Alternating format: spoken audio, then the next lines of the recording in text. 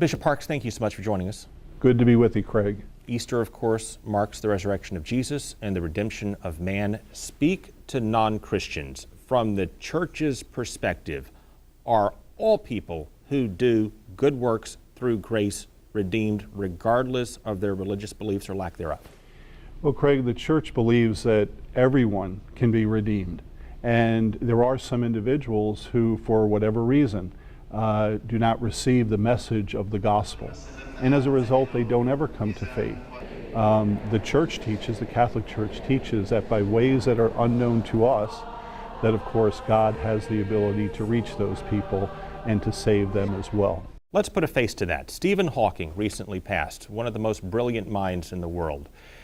He once said, "No one created the universe and no one directs our fate." He believed the simplest explanation is there is no God. Where specifically then does that leave him and so many others who leave us with a legacy of profound good work but do not have faith in God? Sure. Of course, we believe that faith is an integral element to salvation, and that's part of the mission of our church, is to lead others to faith.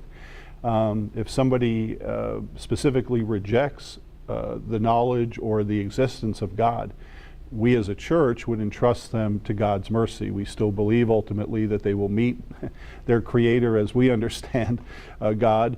And who are we to judge? As Pope Francis said at one time, we entrust those individuals to God and to His love and mercy. We know this, we know that He desires, that God desires, that every person be saved. On Holy Thursday, we see you washing the feet of dreamers, among others. We have heard Pope Francis say, a person who thinks only about building walls wherever they may be and not building bridges is not Christian.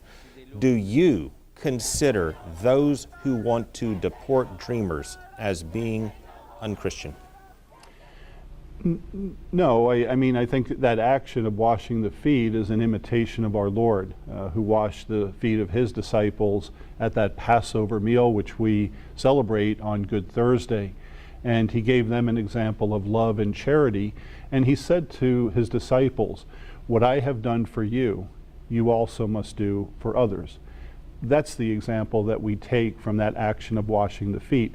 The church looks at the dreamers, those with DACA status, as being kind of on the peripheries of our society. They're living in fear, fear of how long they're going to be able to stay here, if they're going to be able to stay here, and also their families.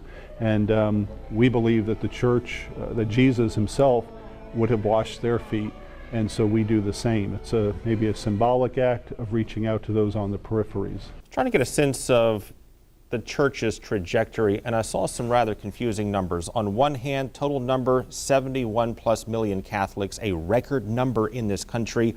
On the other hand, infant baptisms are down, confirmations down, marriages down, parochial school attendance, K through 8, down. What's going on there? How do you square that? I think because individuals will identify themselves as being Catholic because they were baptized Catholic or in another denomination, but they don't necessarily practice their faith today.